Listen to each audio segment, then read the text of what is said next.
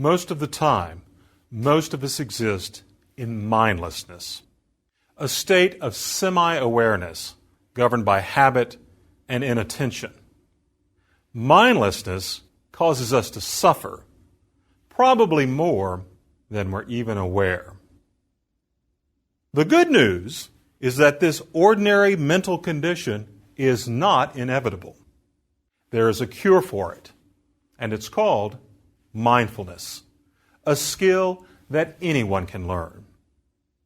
Mindfulness allows us to become keen observers of ourselves and gradually transform the way our minds operate.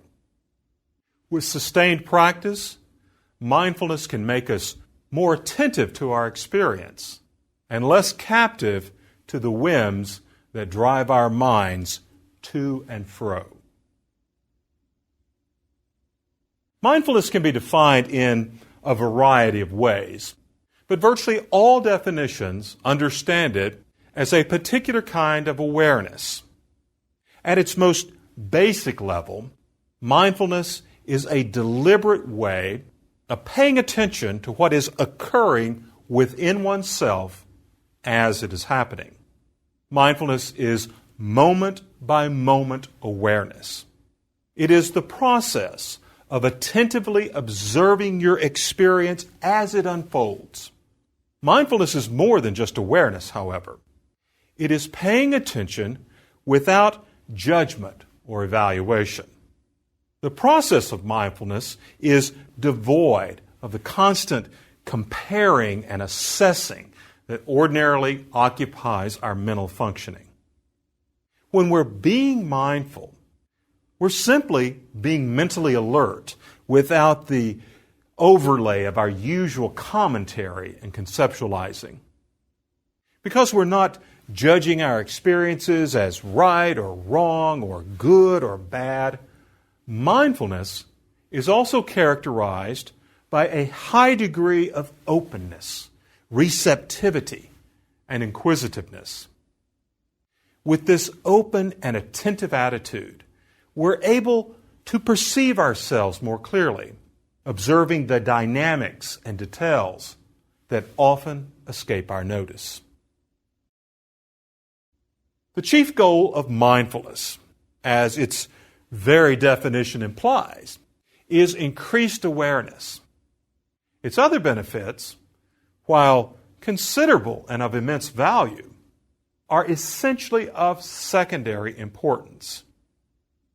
To put that in a different way, all else you might gain from a mindfulness practice depends upon strengthening your faculty of awareness.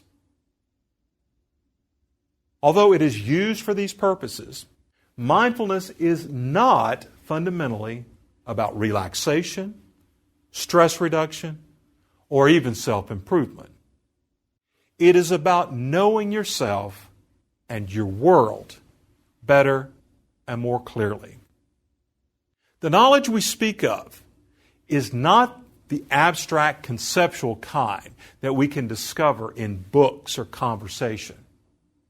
It is the kind of knowing that comes only with experience, with seeing things for yourself. With mindfulness, you can see how your mind operates and responds to its world.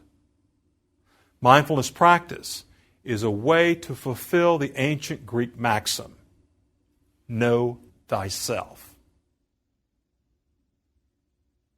Because mindfulness requires us to focus attention on what is happening within ourselves and our environment as it is occurring, you can be consciously present for your life.